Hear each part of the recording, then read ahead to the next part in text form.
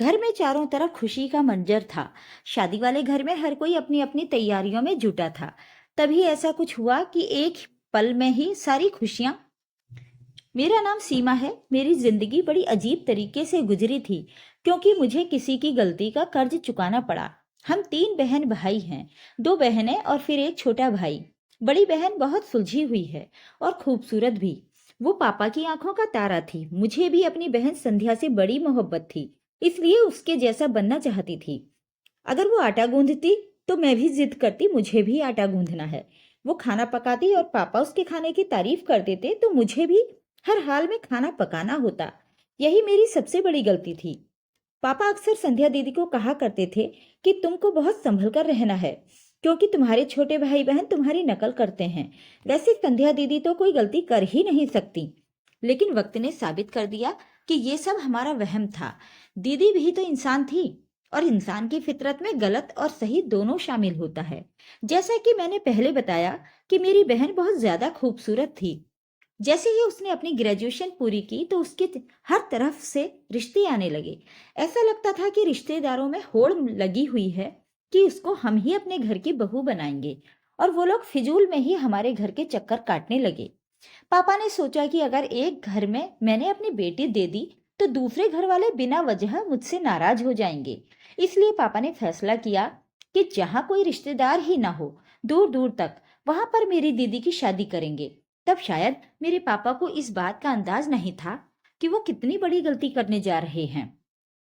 उन्हें चाहिए था कि दीदी की जिंदगी का इतना बड़ा फैसला करने से पहले उन्हें अपने पास बिठाकर उनसे दिल की बात तो मालूम करने की कोशिश करते। उनके सर पर हाथ रखकर एक बार तो पूछ लेते कि तुमने भी तो अपने भविष्य बारे में सोचा होगा। मुझे बताओ, अगर तुम्हारे दिल में कुछ है, मुझसे शर्म आती है तो अपनी मम्मी को अपना राज बता दो। मगर पापा ने इस मामले में घर के किसी भी सदस्य की मर्जी जानने की रत्ती भर भी कोशिश नहीं की। उन्होंने बाहर से ही बाहर किसी से बातचीत करके दीदी का रिश्ता तय कर दिया। और एक दिन पापा ने मम्मी से आकर कहा कि मैंने संध्या का रिश्ता पक्का कर दिया है। वो बहुत अच्छे लोग हैं, खाते पीते अमीर घर के हैं, हमारी बच्ची को खुश रखेंगे। मम्मी बिल्कुल चुप रह गई थी। सिर्फ मम्मी ही नहीं, हम पर भी बहुत तेज से बिजली गिरी थी। हम तीनों बहन भाई एक कमरे में बैठे हुए थे और एक दूसरे की तरफ सवालिया नजरों से देख रहे थे कि ये क्या हुआ और कैसे हुआ, ये कैसे हो सकता है। दीदी बिल्कुल सोच में पड़ गई। अगले दिन मम्मी हम बहनों के कमरे में आई और कहने लगी, संध्या अच्छे से तैयार हो जाना, आज लड़के वाले तुम्हें देखने आएंगे। दीदी शिकवा करने से अपने आप को रोक नहीं पाई। वो बोली, मम्मी, मुझे पापा से इस तरह के फैसले की बिल्कुल उम्मीद नहीं थी। तब मम्मी चौंक गई। उन्होंने संध्या का हाथ पकड़ लिया और कहने लगी, मेरी बच्ची, बताओ, अगर तुम्हें कोई और पसंद है या किसी ने तुमसे शादी का वादा कर रखा है? मैं तुम्हें इस बात का यकीन दिलाती हूँ, अगर तुम्हारी पसंद अच्छी हुई तो मैं तुम्हारी शादी उस जगह करवा दूंगी जहां तुम कहोगी। दीदी ने ना में सर हिला दिया और बोली, नहीं, मैं ऐसी बात नहीं कर रही हूँ, मगर फिर भी मेरे दिल को अजीब लग रहा है। ऐसा लगता है कि ये शादी शायद मेरे लिए खुशियां लेकर नहीं आएगी, बल्कि मुकद्दर भी बर्बाद कर जाएगी। मम्मी तो दीदी की बात सुनकर तड़प उठी थी। वो लोग दीदी को देखने के लिए आ गए थे। उनमें एक बूढ़ी औरत थी और एक जवान लड़की। उन्होंने बताया कि उनकी माँ कोमा में है, इसलिए दादी और बहन आई हैं। मम्मी संध्या दीदी को भी अपने साथ कमरे में ले गईं। लड़की की दादी ने दीदी को बहुत प्यार किया। वो लड़की भी अच्छी लगती थी और उसने तो अभी से संध्या को भाभी कहना शुरू कर दिया था। फिर जाते हुए लड़के की दादी ने दीदी के हाथ में पैसे रख दिए। सच कहूं तो संध्या मेरे दिल को बड़ी तसल्ली सी मिल गई है। तुम बताओ सीमा, तुम्हारी क्या राय है? दीदी तो जैसे मारे शर्म के लाल हुए जा रही थी। उनके गाल तो बिल्कुल लाल लाल हो गए थे। दीदी बोली, मम्मी, मुझे इस रिश्ते से कोई ऐतराज नहीं है। फिर तो जैसे हमारे घर में खुशियों का माहौल हो गया था। कोई नहीं जानता था कि खुशियां बहुत जल्दी गम में बदलने वाली थीं। सब कुछ बहुत अच्छे तरीके से चल रहा था, कुछ भी तो गड़बड़ नहीं थी। दीदी भी खुशी खुशी हर चीज में हिस्सा ले रही थी। वो अपने हर चीज के जोड़े बैग में रख रही थी। अपने जूते भी उन्होंने अपनी पसंद के लिए थे। सिर्फ इतना ही नहीं, बारात के लिए अपनी मर्जी का पार्लर भी खुद ही किया था। किसी के दिमाग में भी नहीं था कि दीदी अपने दिल में क्या सोच कर बैठी हैं। मैंने तो हफ्ता पहले ही ढोलक का इंतजाम कर लिया था। मम्मी ने मुझे मना भी किया था कि लड़कियों की शादी पर इतने दिन पहले ढोलक नहीं बजाई जाती थी, मगर मैं कहाँ मानने वाली थी। हम लोगों ने खूब गाना बजाना किया। दीदी बहुत एंजॉय कर रही थी, बल्कि अपनी फरमाइश पर अपनी मर्जी से गाने भी गाया करती थी। दीदी की बारात का दिन आ गया। दीदी बहुत महंगे पार्लर से तैयार होकर आई थी। उन्होंने अपना पसंदीदा लहंगा पहने हुए था। थोड़ी देर बाद बारात भी आ गई। मैंने दूल्हे को देखा तो मेरा मुंह खुला का खुला ही रह गया। दूल्हा तो बहुत ही खूबसूरत था। तो सोचा कि जाकर दीदी को बताती हूँ कि आपकी किस्मत तो शहजादी जैसी है। मैं भागकर उनके कमरे में गई तो वहां दीदी नहीं थी। मैं हैरान थी कि अभी तो मैं दीदी को यहीं छोड़कर गई थी, अब वो कहाँ चली गई। मैं उनकी तलाश में मम्मी के कमरे में गई तो वो भी खाली पड़ा था। मेरी फिक्र बहुत ज्यादा बढ़ गई थी। मैं जल्दी से बाहर आई और मम्मी को ढूंढने लगी। मम्मी मेहमानों की खातिर में लगी हुई थी। मैं मम्मी का हाथ पकड़कर कोने में ले गई और कहा, मम्मी संध्या दीदी कहाँ हैं? मम्मी बोली, अपने कमरे में होगी। मैंने कहा, वो कमरे में भी नहीं है। मम्मी ने मेरा हाथ झटक दिया और बोली, यहीं कहीं होगी, पीछे हटो, मुझे मेहमानों से मिलने दो। वे इस अंदाज में बात कर रही थी जैसे उन्हें किसी चीज के गलत होने का अंदेशा न था। तब मैंने मम्मी का हाथ पकड़कर झकझोर दिया। मैं बोली, मम्मी मुझे बहुत घबराहट हो रही है। मम्मी भी चौंक गई थी। बोली, तुम्हारी घबराहट तो मैं दूर करूंगी। मम्मी मेरे साथ दीदी को एक कमरे से दूसरे कमरे में और दूसरे कमरे से तीसरे कमरे में ढूंढते रहे, मगर वो नहीं मिली। मम्मी के चेहरे का रंग उड़ गया। जयमाला के लिए शोर होने लगा था तो पापा कमरे में आए। उनकी आंखें सुर्ख हो रही थीं। शायद अपनी बेटी की विदाई का गम हो रहा था, पर उनको नहीं पता था कि उनकी चहेती बेटी उनकी इज्जत को तार तार कर भाग गई है। पापा कहने लगे, जल्दी से संध्या बिटिया को लेकर चलो, वहां जयमाला का टाइम हो रहा है। मम्मी रोते हुए बोली, संध्या नहीं मिल रही है। पापा बड़ी हैरत से मम्मी की तरफ देखने लगे और बोले, क्या मतलब कि संध्या नहीं मिल रही है? यहीं कहीं होगी। मम्मी रोते हुए बोली, मैंने घर का कोना कोना छान मारा है। विमला, अब मेरी इज्जत तो खाक में मिल जाएगी। अब मुझे इस रुसवाई से कोई नहीं बचा सकता। तुम ही बताओ, अब मैं क्या करूं? लोगों का सामना कैसे करूं? कैसे जाकर लड़के वालों से कहूं कि बारात वापस ले जाओ, क्योंकि मेरी बेटी ने मेरी इज्जत मटियामेट कर दी है। मम्मी भी रोई जा रही थी। बोली, केशव आप बिस्तर पर जाकर लेट जाओ। मैं कोई ना कोई बहाना बनाती हूँ कि मेरे पति की तबीयत खराब हो गई है, ऐसे में अपनी बेटी को विदा नहीं कर सकती हूँ। पापा बोले, विमला तुम्हें इतना हौसला है? मम्मी ने अपने आंसू पोंछे और कहा, आपकी इज्जत बचाने के लिए कुछ भी कर सकती हूँ। तब पापा बोले, काश तुमने लड़कियों को भी अच्छी शिक्षा दी होती। मम्मी ने सबके सामने जाकर कह दिया कि मेरे पति को दिल का दौरा पड़ा है, ऐसे में हम अपनी बेटी को विदा नहीं कर सकते। आप लोगों की बड़ी मेहरबानी होगी कि आज आप लोग बारात वापस ले जाएं और फिर किसी दिन अपनी अमानत को फेरे डलवाकर सादगी से घर ले जाएं। हर तरफ बातें होने लगी। मम्मी ने तो खुद को कमरे में बंद कर लिया। लड़के वाले हंगामा कर रहे थे और हमारे पास उनका जवाब नहीं था, इसलिए हम सब एक ही कमरे में दुखी बैठे हुए थे। हमने कभी सोचा भी नहीं था कि संध्या दीदी के हाथों ऐसी बदनामी सहनी पड़ेगी। मम्मी बोली, केशव इस तरह आपकी तबीयत खराब हो जाएगी। पापा बोले, तुम तो बात ही मत करो विमला, तुम्हें मेरी इतनी फिक्र होती तो अपनी बेटियों को लगाम डालकर रखती। मम्मी बेचारी बहुत शर्मिंदा हुई जा रही थी। पापा ने सारा सामान छत वाले कमरे में फेंक दिया और उसको ताला लगा दिया और बोले, आज के बाद अगर कोई उधर जाएगा तो मेरा मरा हुआ मुंह देखेगा। उसके बाद हमारे घर में एक अजीब सी सूरत हाल थी। हर कोई एक दूसरे से नजर चुराने पर मजबूर था। पापा भी हम सबसे चुप चुप कर रोते थे। जब वो नीचे आते तो बहुत थके थके से लगते, आंखें सुर्ख होती थीं। मम्मी कहती थी कि तुम्हारे पापा हम सबसे छुपकर छत पर जाकर रोते हैं। हमें तो लगता था कि दीदी की शादी का किस्सा खत्म हो गया, मगर एक महीने बाद लड़के वालों की तरफ से फोन आ गया। अर्जुन की दादी कहने लगी, इतने दिन हमने आपसे बातचीत नहीं की क्योंकि हम आपसे नाराज थे। बारात को आप लोगों ने वापस कर दिया था, मगर अब ठंडे दिमाग से सोचा तो लगा आपकी भी कोई मजबूरी रही होगी। ये भी तो हो सकता है कि आपकी बेटी ने इनकार कर दिया हो और आपने अपनी इज्जत बचाने के लिए केशव की बीमारी का बहाना बना दिया होगा।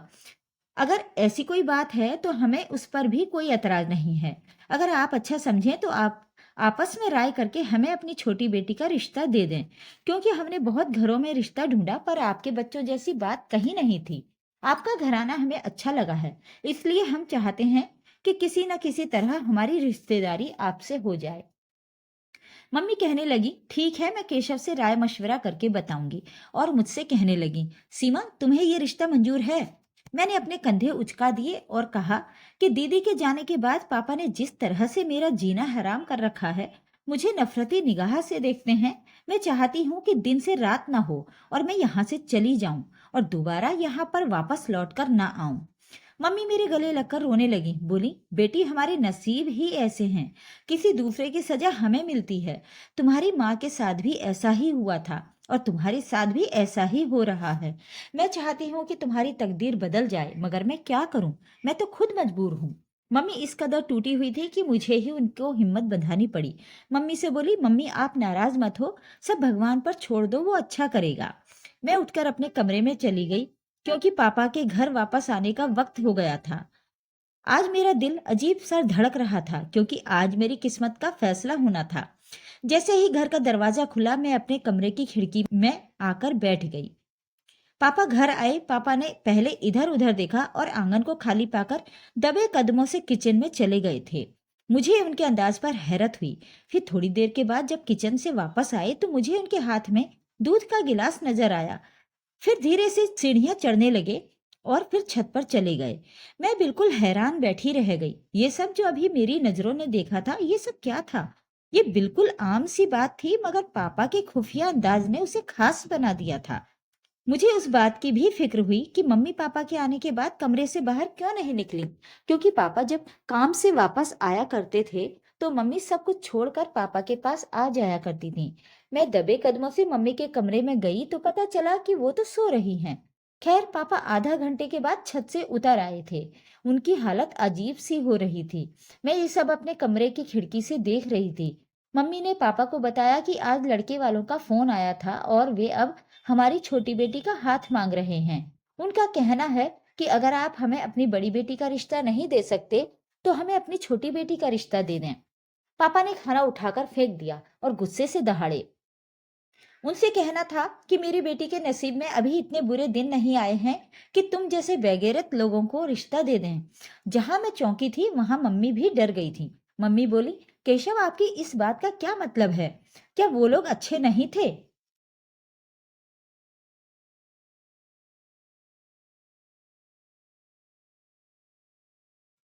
पापा ने ना में सिर हिला दिया और कहने लगे, आज के बाद उनका फोन आए भी तो मत उठाना। तब मम्मी बड़े गुस्से से बोली, आपको तो अपनी अकल पर बड़ा यकीन था। आप तो कहते थे औरतें कम अकल होती हैं। आपसे इतनी बड़ी भूल कैसे हो गई? पापा इधर उधर दरवाजे को धकेलते हुए बाहर निकल गए। मम्मी फूट फूट कर रोने लगी। वो बोली, संध्या, तुमने मेरी जिंदगी खराब कर दी। मैं तुम्हें क्या बोलूं? वो जितनी देर घर में होते हैं मैं अपने कमरे से नहीं निकलती। मम्मी तो हर वक्त संध्या के गम में डूबी रहती थी। भाई स्कूल से ट्यूशन फिर क्रिकेट खेलने चला जाता था। वो देर रात घर लौटता। ऐसा लगता था जैसे वो भी घर के माहौल से भागना चाहता है। अक्सर मैंने पापा को छत पर दूध ले जाते देखा था। समझ नहीं आता था कि वो दूध का गिलास छत पर क्यों ले जाया करते थे। अब मैं हर वक्त इस बात से परेशान रहने लगी थी। इस वजह से मुझे नींद भी नहीं आती थी। मैं सारा दिन संध्या दीदी को याद करने लगी थी। संध्या दीदी बहुत अच्छी दोस्त भी थी। काश वो इतना गलत कदम न उठाती। रात बहुत गहरी हो चुकी थी। आसपास कुत्तों के भौंकने की आवाज भी आ रही थी। मैं उठकर अपने कमरे की खिड़की पर बैठ गई। तब मुझे कुछ अजीब सा महसूस हुआ, जैसे कोई हमारे आंगन में घूम रहा हो। मैंने गौर किया तो वो कोई और नहीं, मेरे पापा थे। मैं चौंक गई। ऐसा लगा जैसे वो बहुत मजबूर हों।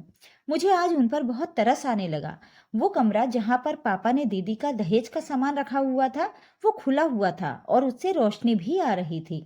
दरवाजा खुला था, इसलिए मैं चुपचाप अंदर का मंजर देखने लगी। अंदर तो दीदी बैठी हुई थी। मैं ये देखकर थर थर कांपने लगी।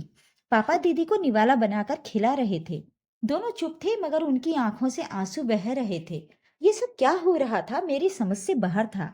फिर पापा ने बोला, तुम मेरी बेटी नहीं हो। संध्या दीदी पापा के ऊपर चिल्ला पड़ी। इसीलिए आप मेरे साथ ऐसा कर रहे हैं कि मैं आपकी औलाद नहीं हूं? क्या आप ये घिनौनी हरकत सीमा के साथ कर सकते थे? पापा बोले, संध्या, मैं तुमसे बहुत प्यार करता हूँ, मगर तुम ये जानती हो कि मैं ये सब कभी सीमा के साथ नहीं कर सकता। संध्या दीदी रोने लगी। वो बोली, मुझे वजह जाननी है। आपने मुझे इस कमरे में बंद क्यों कर रखा है? तो बोले, सुनो, आज मेरे पास भी वक्त बहुत है। वैसे भी तुम तो सारा दिन बेहोश रहती हो, मगर ये जो सीमा है ना, उसकी वजह से मैं कभी भी ज्यादा देर छत पर नहीं रह सकता, क्योंकि मुझे डर है कि कहीं उसे मुझ पर शक ना हो जाए। सब सो रहे हैं, इसलिए आज मैं तुम्हें सब कुछ बताता हूँ। संध्या, हम दो भाई बहन थे। एक मैं और एक मेरी बड़ी बहन, जो मुझसे पूरे 7 बरस बड़ी थी। उनकी शादी पहले हुई थी। दीदी की शादी के बाद हमारे घर में बहुत खामोशी सी छा गई थी, इसलिए तय कर दिया गया कि मेरी शादी जल्द करेंगे। उन्होंने मेरे लिए विमला को पसंद कर लिया और हमारा रिश्ता तय हो गया। उन्हीं दिनों हम पर कयामत टूट पड़ी। दीदी विधवा होकर घर आ गई थी। दीदी तनहा नहीं, बल्कि उनकी गोद में 4-5 महीने की बच्ची थी। उन्हें ना अपनी खबर थी और न बच्ची की। मेरी माँ भी बूढ़ी हो चुकी थी, इसलिए वो भी उस बच्ची को संभाल नहीं सकती थी।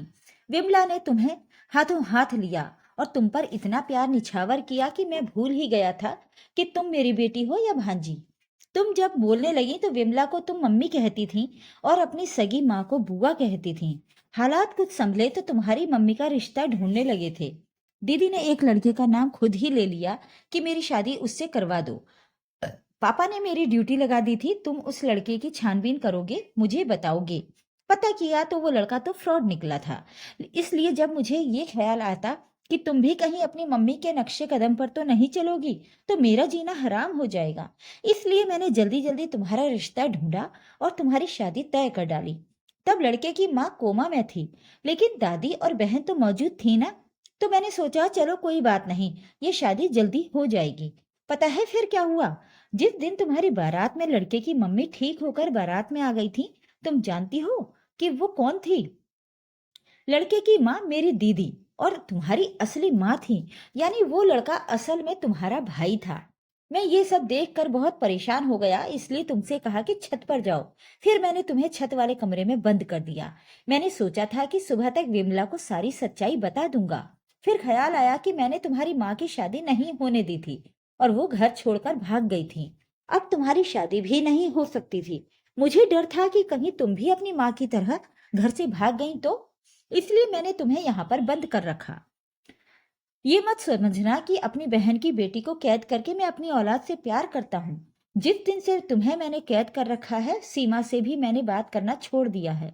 उस पर भी मैं बहुत सख्ती दिखाता हूँ। संध्या दीदी जैसे एकदम से होश में आ गई थी, बोली, अगर मैं घर से भाग जाती तो आपकी इज्जत खाक में मिल जाती, मगर आपने मुझे यहाँ बंद करके भी अपनी इज्जत को खाक में मिला दिया है। लोग तो यही बातें करते होंगे कि संध्या घर से भाग गई है, तभी तो बारात वापस लौटी। पापा बोले, संध्या बेटा, मुझे माफ कर देना, अब मैं जा रहा हूँ, हो सकता है कि किसी की आंख खुल जाए। मैं जल्दी से आगे बढ़ी और बोली, अब मैं और जुर्म अपनी दीदी पर नहीं होने दूंगी। उसकी मम्मी ने जो गलती की उसकी सजा अपनी दीदी को नहीं मिलने दूंगी। भगवान सबको उसकी गलती की सजा देते हैं, तो आप उसको खुद से सजा क्यों दे रहे हैं? आपने ये सब क्यों किया दीदी के साथ? पापा मेरी बातें सुनकर बिल्कुल बौखला गए थे, इसलिए वे जल्दी से नीचे चले गए। मैं दीदी का हाथ पकड़कर नीचे ले आई थी। पापा बहुत शर्मिंदा हुए। सुबह के निकले, रात में वापस घर आए। मम्मी सारी हकीकत जानकर जड़ हो गईं। पापा रो रो कर सबसे माफी मांग रहे थे। दीदी ने ही पापा को माफ करने में पहल की थी। फिर हम सब ने भी पापा को माफ कर दिया था। सब कुछ ठीक हो गया था। पापा ने दीदी की इजाजत दे दी थी और वो अपनी माँ से मिलने लगी थी। बहुत जल्द ही उनकी बहुत अच्छी जगह शादी होने वाली है। हमें उम्मीद है कि मुश्किल वक्त कट गया है, आगे खुशियां ही खुशियां हैं। Please like, share and subscribe.